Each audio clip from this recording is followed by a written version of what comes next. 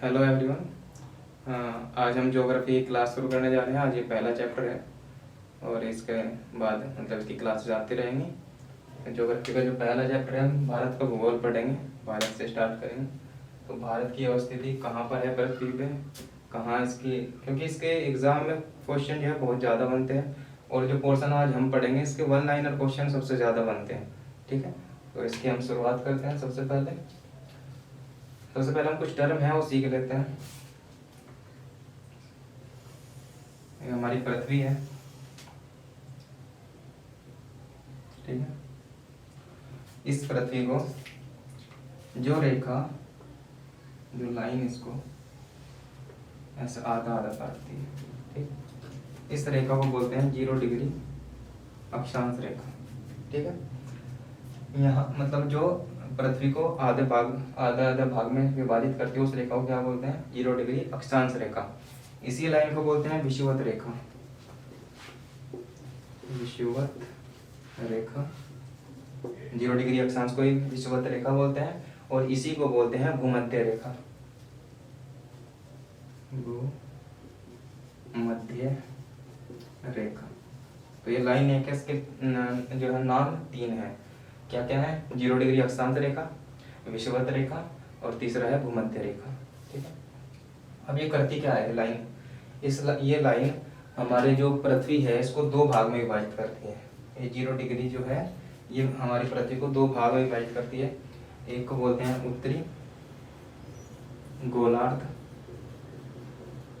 ये उत्तर में है उत्तरी गोलार्ध, और इस वाले को बोलते हैं दक्षिणी गोलार्ध। तो विषुवत रेखा ने हमारी जो पृथ्वी है इसे 2 भागों में विभाजित कर दिया। क्या क्या? पहला जो उत्तर की साइड का जो भाग है उसे बोला गया उत्तरी गोलार्ध और जो दक्षिण में है उसको बोला गया दक्षिणी गोलार्ध। ठीक है, तो हमारा भारत इस पृथ्वी पर कहाँ है? तो हमारा भारत कहीं यहाँ पे जाकर ये अपना भारत है। ठीक है, ये इस हिस्से में भारत है। तो क्वेश्चन आए कि भारत पृथ्वी पर जो है किस हिस्से में पड़ता है? तो उत्तरी गोलार्ध में पड़ता है। ठीक है, अभी एक रेखा है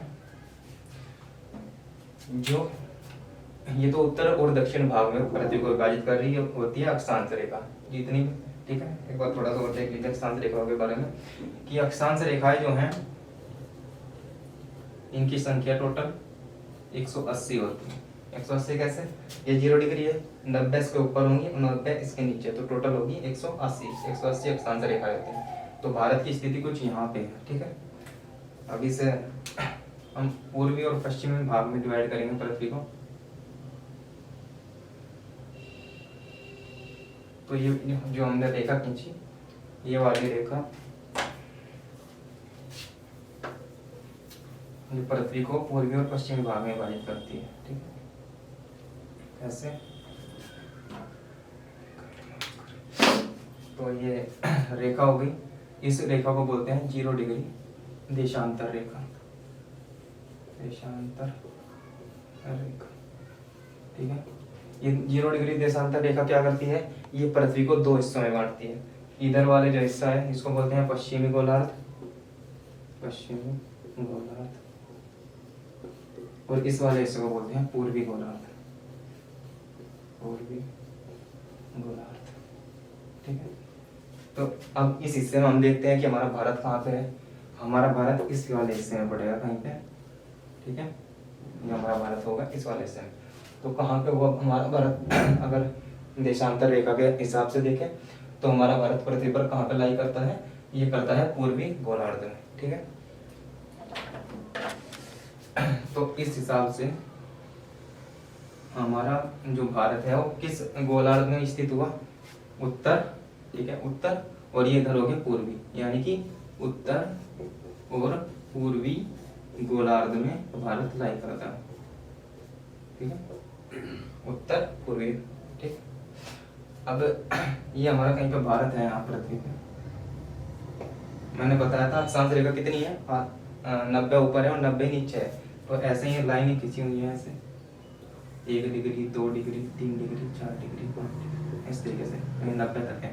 तो हमारा भारत यहाँ कहीं है, ये हमारा भारत है। ठीक, अब हमारा भारत ये क्योंकि 1 डिग्री 2 डिग्री इस तरीके से लाइन है, तो हमारा भारत की जो ये वाला पॉइंट है जो मुख्य भूमि से लगा हुआ ये वाला पॉइंट, मतलब ये वाला पॉइंट जो कन्याकुमारी बोलते हैं इसको, ये वाला पॉइंट कितने डिग्री पर है, ठीक है। हम सबसे पहले ये जानेंगे यानी कितने डिग्री अक्षांश पर है। तो हमारा ये वाला जो पॉइंट है वो है 8 डिग्री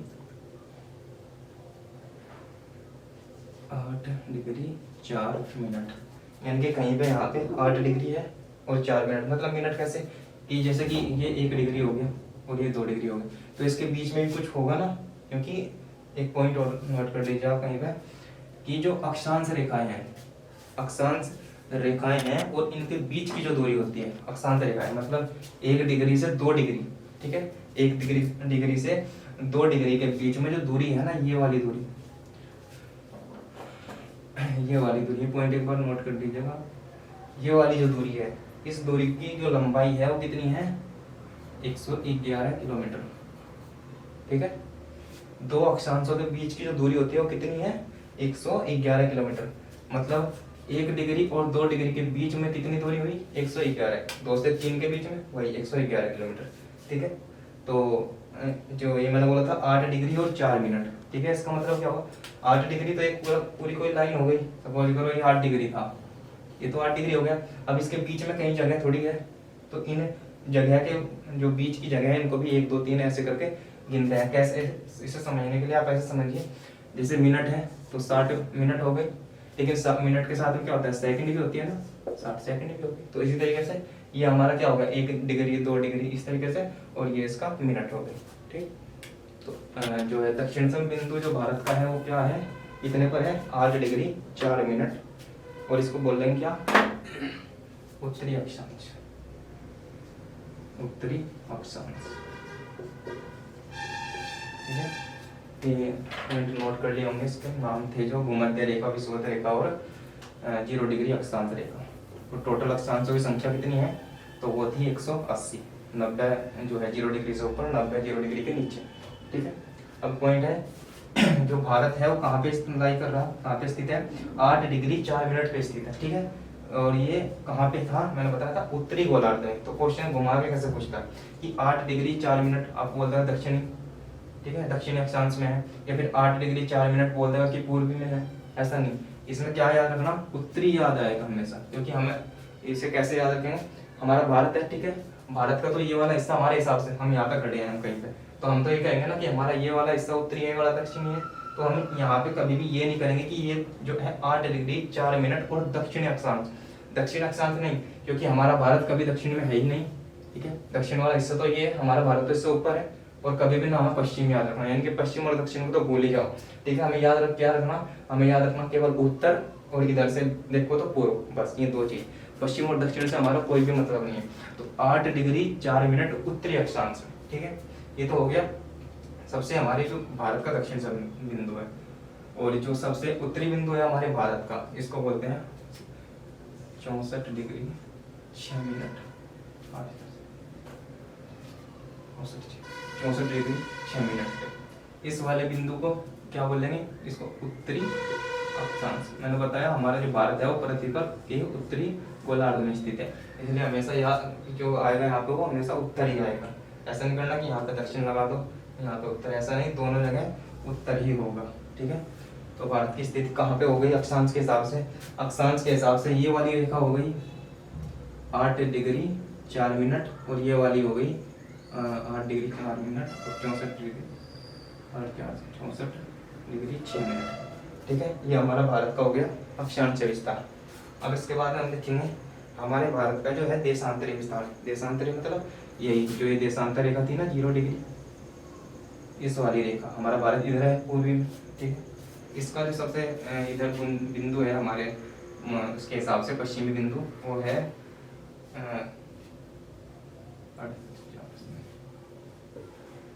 68 डिग्री 4 मिनट से लेकर के 68 डिग्री 7 मिनट 97 डिग्री 25 मिनट, ठीक है। अब इसे भी यही गलती होती है, इसमें भी कौन सी गलती है, इसको भी कैसे सुधारना। ये है 68 डिग्री 7 मिनट, ठीक है, 68 डिग्री 7 मिनट से 97 डिग्री 25 मिनट तक। ठीक, अब ये इसको लिखेंगे क्या, 8 डिग्री 7 मिनट पूर्वी देशांतर। इसको क्या लिखेंगे, 68 डिग्री 7 मिनट पूर्वी देशांतर। ठीक है, यानी कि ये पश्चिम में है तो पश्चिमी देशांतर नहीं, ये पूर्वी देशांतर, क्योंकि पृथ्वी के जो पूर्वी हिस्से में हमारा पूरा भारत है। इधर इसको भी ऐसे ही पूर्वी देशांतर, 97 डिग्री 25 मिनट और पूर्वी देशांतर। यहाँ से इस तरीके से समझ लीजिए, ऐसे ये कोई रेखा थी और ये वाली कोई रेखा है, तो यहाँ पे है 68 मिनट 7 सेकंड और 97 25, तो यहाँ पे होगी 68 7 से 97 25। तो हमने देख लिया कि हमारा भारत यहाँ पे कहीं पृथ्वी पे लाई कर रहा है। ठीक है, ये हो गया और इनके बीच की दूरी हो गई। अभी जो ये पॉइंट है चारों तरफ के भारत के, इनके कुछ नाम दिए गए हैं या फिर ये किस जगह पे स्थित है, कुछ उस तरीके से। तो जो हमारा ये वाला हिस्सा है गुजरात वाला, यानी कि पश्चिमी हिस्सा, इस वाले हिस्से को बोलते हैं गौर माता।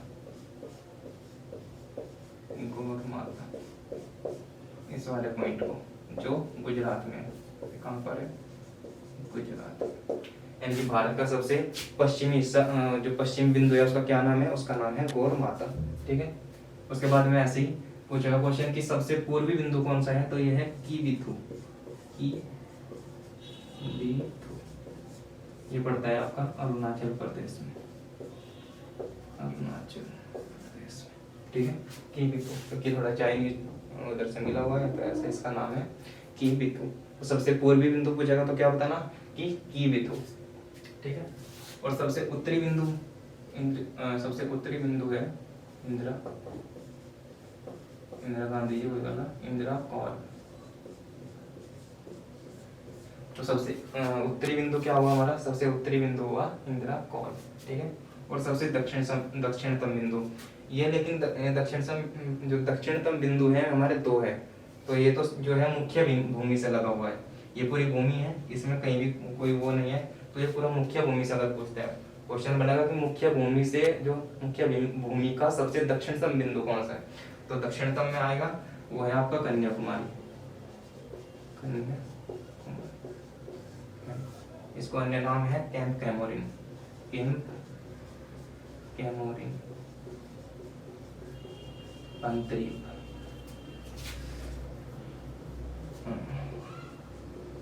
अंतरीप, कैंप कैमोरिन अंतरीप, कन्याकुमारी का ही दूसरा नाम है।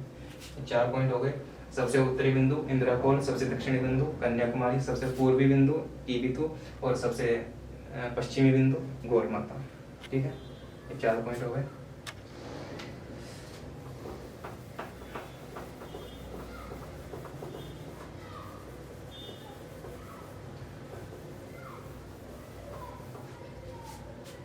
अब इसके आगे हमारे इसके चारों पॉइंट हो गए। ठीक है, अब हम थोड़ा भारत के एरिया के बारे में देखेंगे कि भारत का क्षेत्रफल कितना है, विश्व में भारत का कितने प्रतिशत क्षेत्रफल है और कौन से स्थान पर भारत आता है। ठीक है, तो जो भारत का कुल क्षेत्रफल है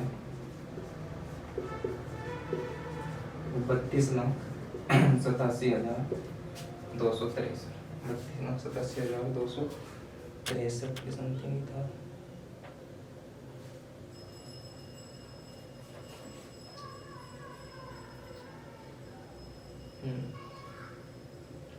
यही है 32,263 वर्ग किलोमीटर, 32,87,263 किलोमीटर, यह है भारत का कुल क्षेत्रफल।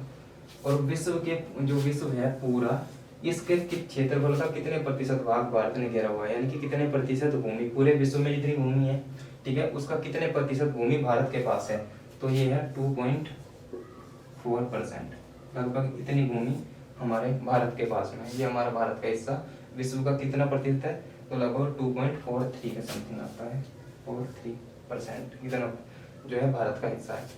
अब क्षेत्रफल हमारा इतना है, ठीक है, इस हिसाब से हमारा जो है विश्व में कौन सा स्थान है, यानी कि विश्व में हमारा जो स्थान है क्षेत्रफल की दृष्टि से, जो भारत का स्थान है वो विश्व में भारत का स्थान 7वां है, 7th पोजीशन पे भारत है। इसमें सबसे आगे है रूस, रूस के बाद कनाडा, कनाडा के बाद चीन। 3 ही याद रख लो, रूस, कनाडा और चीन। इस तरीके से सबसे ज्यादा क्षेत्रफल वाला देश कौन सा है? रूस है, उसके बाद कनाडा है, उसके बाद चीन है। और हमारा भारत कौन से नंबर का आता है? तो 7 पर। ठीक है।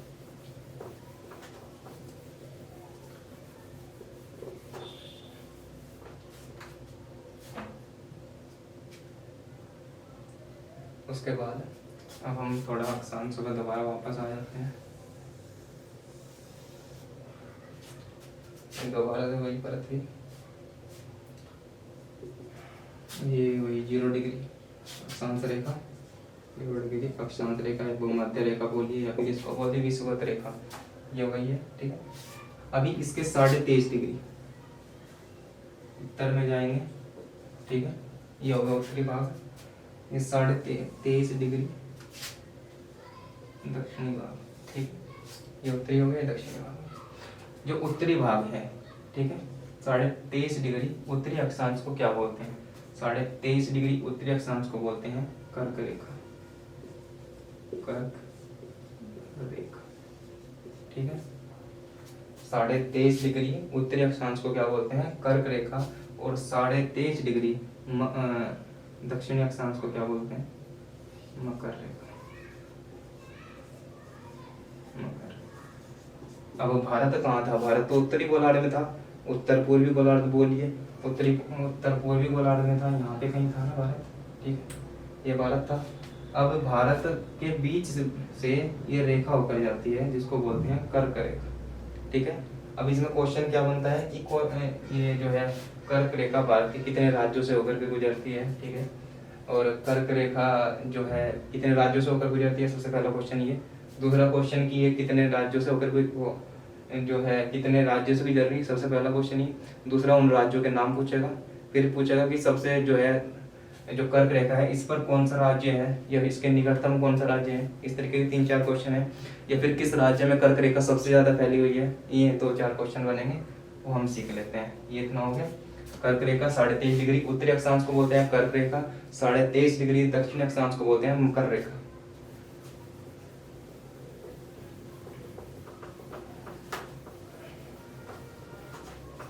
ठीक है, कर्क रेखा मकर रेखा इतना क्लियर हो गया होगा। अब ये जो रेड कलर में जो रेखा बना रखी मैंने, ये है आपकी कर्क रेखा, कर्क रेखा कितने डिग्री पर है? 23.5 डिग्री उत्तरी अक्षांश में। ठीक है, अब इसमें जो है मैंने बताया कितने राज्यों से होकर के गुजर रही है। ये टोटल 8 राज्यों से, 8 राज्यों से होकर के रेखा गुजरती है। अब उन 8 राज्यों के नाम याद रखने हैं हमें। अब ये ऐसे नॉर्मली में याद नहीं होंगे, उनको ऑब्जेक्टिव के लिए एक ट्रिक है।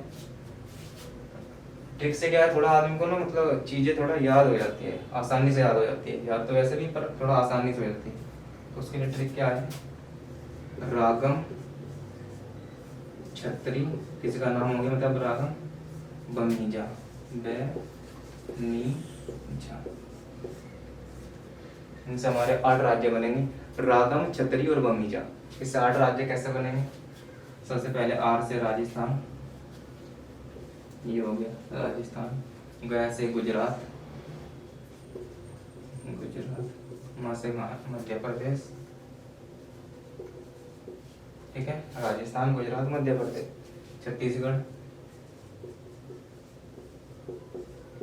ता से त्रिपुरा,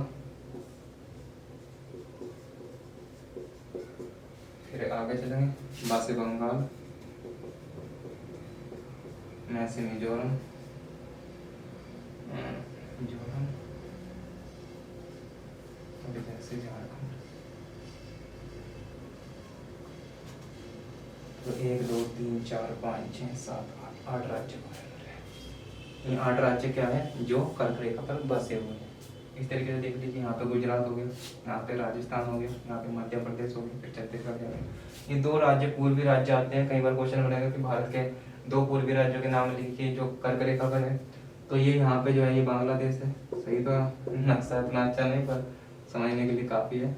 ये बांग्लादेश है, ये वाला एरिया, ठीक है।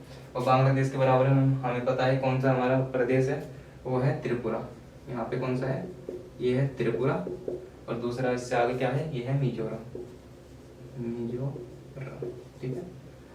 तो त्रिपुरा और मिजोरम यानी कि कर्क रेखा पर बसे दो पूर्वी राज्यों के नाम तो क्या हो जाएंगे, त्रिपुरा और मिजोरम।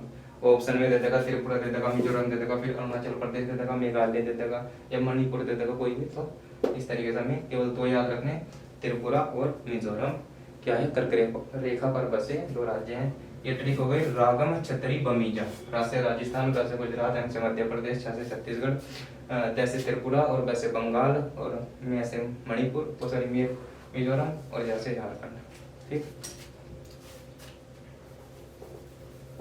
ये हमारे 8 राज्य हो गए जो क्या है कि कर्क रेखा पर बसे हुए हैं।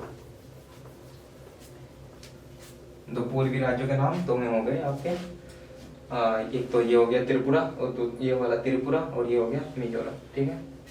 अभी और क्वेश्चन क्या बनते हैं इस कर्क रेखा से ही। कर्क रेखा से एक क्वेश्चन बनेगा कि जो है कर्क रेखा पर स्थित किसी शहर का नाम बताइए जो बिल्कुल कर्क रेखा के ऊपर है। ये कर्क रेखा है, यहाँ पे बिल्कुल ऊपर एक कोई शहर है, उसका नाम बताइए। तो उसका नाम क्या है, उसका नाम है झारखंड की राजधानी रांची। पूछेगा कि जो है उस राज्य का नाम बताइए जिसकी राजधानी कर्क रेखा पर है, तो उसका क्या आंसर देना हमें, झारखंड।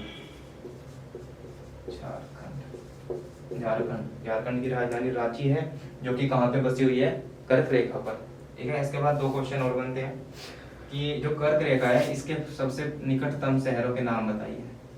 कर्क रेखा के सबसे निकटतम 2 शहरों के नाम बताइए। तो उसमें मतलब 2 शहर मैं बता रहा हूँ क्योंकि 2 ही शहर इसके सबसे निकटतम है। तो मैं क्वेश्चन किस तरीके से पूछेगा, ये तो रांची देगा ऑप्शन में कि कर्क रेखा पर बसा शहर, क्योंकि वो तो पूरा कर्क रेखा के ऊपर ही शहर बसा हुआ है। उसके बाद क्वेश्चन बनेगा कि कर्क रेखा के सबसे निकटतम जो है शहर के नाम बताइए, ठीक है। तो उसमें आंसर क्या है, एक तो मध्य प्रदेश की राजधानी है भोपाल, भोपाल जो है कर्क रेखा के निकटतम है, सबसे निकटतम बसा शहर है। उसके बाद है गांधीनगर गुजरात का, गांधीनगर गुजरात की राजधानी गांधीनगर। तो सबसे निकटतम 2 जो है शहर हो गए, एक तो भोपाल हो गया सॉरी, एक तो भोपाल हो गया और एक गांधीनगर हो गया। ये गुजरात की राजधानी और ये दूसरा हो गया मध्य प्रदेश की राजधानी भोपाल, ठीक है। ये कर्क रेखा पर 4-5 कुछ वन लाइनर हो गए, ठीक है। और एक थोड़ा इंपॉर्टेंट क्वेश्चन ये है कि सबसे ज्यादा कर्क रेखा जो है किस राज्य में विस्तृत है। तो सबसे ज्यादा जो कोई राज्य में फैली हुई है वो है मध्य प्रदेश। इस वाले राज्य में कर्क रेखा का विस्तार सबसे ज्यादा है। तो आंसर क्या होगा कि कर्क रेखा किस राज्य में सर्वाधिक फैली हुई है, तो उसका आंसर क्या है, मध्य प्रदेश, ठीक है। कर्क रेखा से इतने ही क्वेश्चन बनेंगे, मतलब 5-6 क्वेश्चन तो हो ही गए होंगे कर्क रेखा, ठीक है।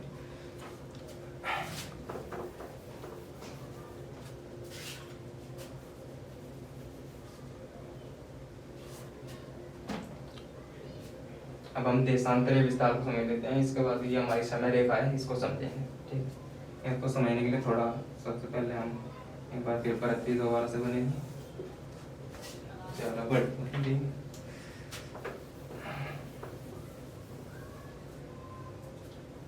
ये हमारी पृथ्वी है, ठीक है। 0 डिग्री आपकी बार अक्षांश की हमें जरूरत नहीं है क्योंकि हम देशांतर पढ़ेंगे।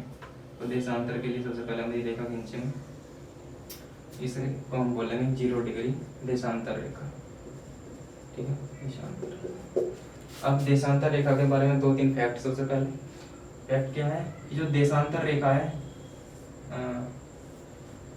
0 डिग्री देशांतर रेखा से शुरू होगी।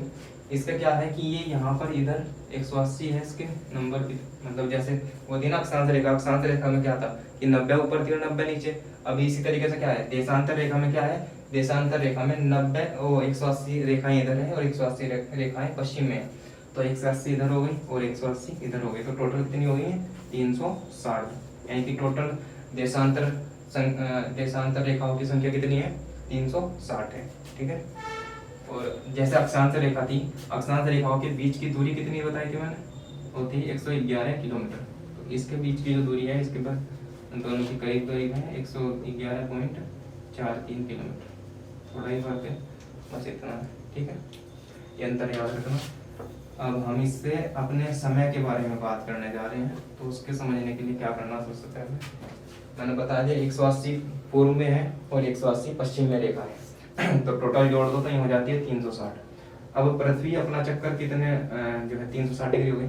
अब पृथ्वी अपना चक्कर कितने टाइम में पूरा करती है, अप्रोक्स 24 घंटे, ठीक है, तो 24 घंटे पृथ्वी बताते हैं इसको, तो कितना हो गया 360 डिग्री है टोटल, मतलब 360 जो ऐसे रेखाएं हैं वो कितने टाइम में घूम रही है, तो घूमती कितने टाइम है 24 घंटे में, और 24 घंटे को मिनट में कन्वर्ट करने के लिए 60 मिनट से गुना कर देंगे तो ये हो गया 60 मिनट, ठीक है। अब हमें 1 डिग्री की वैल्यू निकालनी है। 1 डिग्री के लिए ये सीधा सीधा 6 से 10, 6 6 36, अरे 0 से 0, 6 6 24, यानी कि 1 डिग्री पे कितनी वैल्यू आती है, 1 डिग्री पे आती है 4 मिनट। यानी कि यहाँ से ये 0 डिग्री है, यहाँ से यहाँ पर जाने में कितना टाइम लग रहा, यानी कि 111 पॉइंट जो है कितना हो गया 4-3 किलोमीटर की दूरी तय करने में पृथ्वी को कितना टाइम लग रहा, तो वो टाइम लगता है 4 मिनट का टाइम, ठीक है।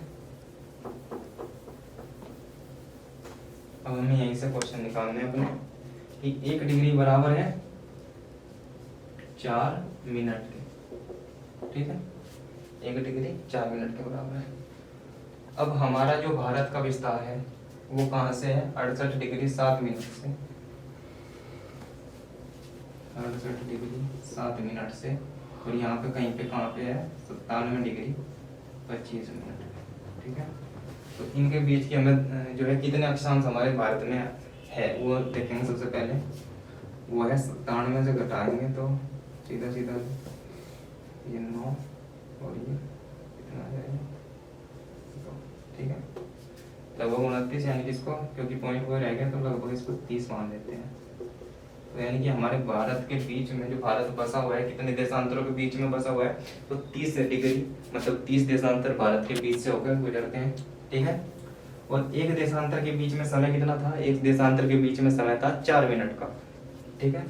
तो यानी कि 1 डिग्री जो था वो कितने मिनट के बराबर था, 4 मिनट के बराबर, ठीक है। ये तो हो गया 4 मिनट के बराबर। उसके बाद क्या है, हमारे भारत में यहाँ से लेके ये वाला हिस्सा यहाँ से लेकर के और यहाँ तक इधर पश्चिम में, ये नोट कर लिया होगा आपने, गौर माता गुजरात, ठीक है। तो सबसे पूर्वी शहर जो हमारा वो पूर्वी प्रदेश है वो कौन सा है, अरुणाचल प्रदेश है, और सबसे पश्चिम में कौन सा है, तो है गुजरात। तो पश्चिम का तो ये वाला हिस्सा हो गया यहाँ से, और सॉरी पूर्व का अरुणाचल प्रदेश, और पश्चिम में है गुजरात। तो यहाँ से लेके ये 68 मान लो, यहाँ से 68 डिग्री, और यहाँ पे कितना है 57, तो इनके बीच में लगभग ऐसे ऐसे ऐसे कितने हैं, वो है 30। तो इनके बीच में समय कितना हुआ, 1 डिग्री पे कितना है 4 मिनट, तो 4 गुना 30 यानी कि 4 3 12 यानी कि 120 मिनट। 120 मिनट का मतलब 2 घंटे, ठीक है।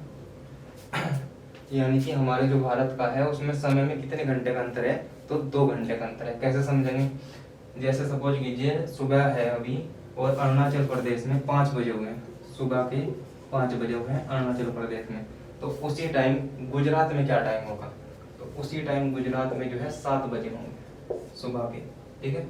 ऐसे मान लीजिए जैसे यहाँ पर 7 बजे हुए हैं, ठीक है, तो यहाँ पे कितने होगा 9 बजे, यानी कि दोनों के बीच में जो टाइम पीरियड रहेगा, दोनों का टाइम में अंतर वो कितना रहेगा 2 घंटे का रहेगा।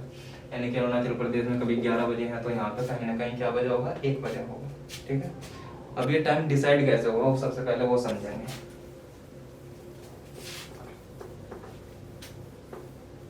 ये जो रेखा थी 0 डिग्री देशांतर रेखा, ये थी ना बताई थी, ये 0 डिग्री जो देशांतर रेखा है, यहाँ पर एक शहर है लंदन में, उसको बोलते हैं ग्रीनविच, ठीक है।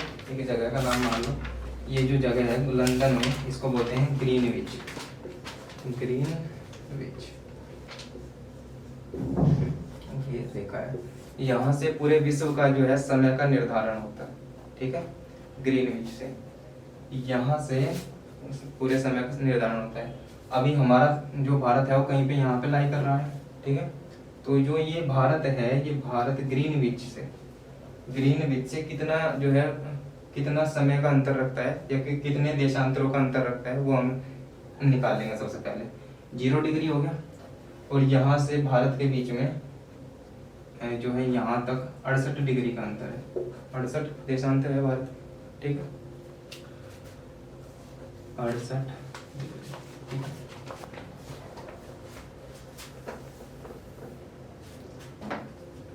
यहाँ से 68 हो गया 97, ठीक है, 68 डिग्री और 97, ठीक है। अभी हम इससे पहले हमारी जो भारत की, ये तो हो गई विश्व की समय, यहाँ से मानक रेखा, इसको बोलते हैं मानक समय रेखा, ये 0 डिग्री से चलती है ग्रीनविच से, यहाँ से पूरे विश्व का समय निर्धारित होता है, ठीक है। यहाँ पे जो भारत है, भारत में टाइम जोन अब कितना होना चाहिए, 2 टाइम जोन होते हैं। अब यहाँ पे यानी कि अलग समय होता, यहाँ पे अलग समय होता, तो ऐसा तो है नहीं भारत में। भारत में अगर कहीं पे 5 बजे है, यहाँ पे चाहे वो जम्मू कश्मीर हो वहाँ भी 5 ही बजेंगे, यहाँ पे मिजोरम हो तो भी 5 ही बजेंगे, यहाँ तमिलनाडु हो तो भी 5 ही बजेंगे, इधर गुजरात हो तो भी 5 ही, यानी कि सारे को भारत में समय क्या है, बराबर है। उसको कैसे समझेंगे, उसको कैसे निर्धारित किया गया है, तो ये 0 डिग्री ग्रीनविच से हमारा समय है। अभी क्या है, एक जगह अमेरिका में टोटल 6 जोन है, टाइम जोन, मतलब अमेरिका कोई देश हो गया यहाँ पे, तो इसमें अलग अलग, यहाँ पे अलग समय है, यहाँ पे अलग समय है, यहाँ पे अलग, यानी कि टोटल 6 सबसे ज्यादा टाइम विभाजन हो रहा है, टाइम जोन है वो अमेरिका में ही है, 6 टाइम जोन है। भारत में भी ऐसी 2 टाइम जोन कम से कम होने चाहिए, क्योंकि क्या है कि सपोज करो कहीं किसी को ऑफिस जाना है, ठीक है, ऑफिस का टाइम क्या है 7 बजे का, तो यहाँ पे भी 7 बजे, ठीक है, सुबह के 7 बजे यहाँ पे, और यहाँ पे भी सुबह के 7 बजे। कितना अंतर होगा, यहाँ पे तो सूरज निकल चुका है, बढ़िया दिन निकल गया, लेकिन यहाँ पे तो अभी लोग सो के उठे होंगे, ठीक है ना। तो इस तरीके से लोगों के बीच में विवाद रहता है कि टाइम जो है हमारे भारत में 2 टाइम जोन होने चाहिए, लेकिन अभी तक ऐसा कुछ है नहीं, अभी केवल भारत में एक ही टाइम जोन है, ठीक है। और वो कैसे निर्धारित किया गया है टाइम जोन, वो मैंने बताया ना कि हमारे यहाँ पे अगर समय एक बार कहीं पे 5 बजे हुए हैं, तो वो सारे पूरे भारत में कहीं पे भी चले जाओ, वहां पे सारे को 5 ही बजे रहेंगे, सारे चाहे पूर्व में चले जाओ, पश्चिम में चले जाओ, उत्तर में चले जाओ, दक्षिण में, सारे को समय क्या है, बराबर है, ठीक है। अब इसे कैसे समझेंगे, ये कैसे निर्धारित हुआ, हमारे इन दोनों का अक्षांशों के बीच में कितना समय जो देशांतर के अंदर था, अभी बताया था मैंने 30, 68 डिग्री 7 मिनट इधर था और 97 डिग्री 25 मिनट इधर था, इन दोनों का जो डिफरेंस लेंगे तो अप्रोक्स 30 डिग्री के आसपास आएगा, ठीक है। अब इसको 2 से डिवाइड कर दिया तो ये क्या हो गया 15 डिग्री, ठीक है। अब इसमें 15 डिग्री जोड़ा गया, 68 डिग्री 7 मिनट में 15 डिग्री जोड़ा गया, तो ये आ जाता है 82.5 डिग्री, ठीक है, 82.5 डिग्री। तो 82.5 डिग्री को ही भारत की मानक समय रेखा मान ली गई, ठीक है। ये भारत की उस मानक समय मानक रेखा है, मानक समय रेखा है, ये कहाँ पर है 82.5 डिग्री पर है, ठीक है। ये मानक रेखा 5 राज्यों से होकर के गुजरी हुई है। 5 राज्य कौन कौन से हैं, यूपी, एपी, यूपी, एमपी और AP, UP, MP, Jharkhand, Chhattisgarh और Orissa, AP, UP, MP, Chhattisgarh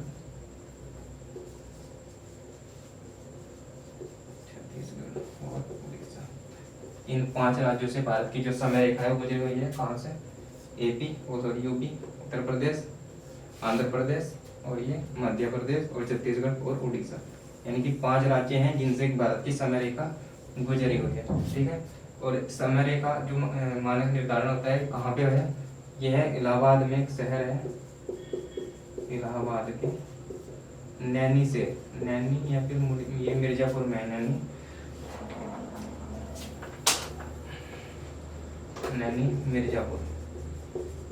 Mirzapur से होकर के ये समय रेखा गुजरती है इलाहाबाद के नैनी के मिर्जापुर से, और टोटल कितने राज्यों से जाती है, तो 5 राज्यों से, ठीक। आज इस टॉपिक को यहीं पे काफी लंबी क्लास हो गई, तो आज हम केवल इतना ही देखेंगे, ठीक है। यह स्थिति आप एक बार दोबारा से अच्छे से नोट कर लीजिएगा, अगर समझ ना आए तो एक बार दोबारा से वीडियो देख लीजिएगा, और कोई जो प्रेफर बड़ी आपके पास बुक हो उसको थोड़ा स्टडी कीजिएगा, तो मैं आशा करता हूँ कि काफ़ी अच्छे से आपको समझ में आएगा, ठीक है। आज का टॉपिक बस इतना है, okay, thank you for watching.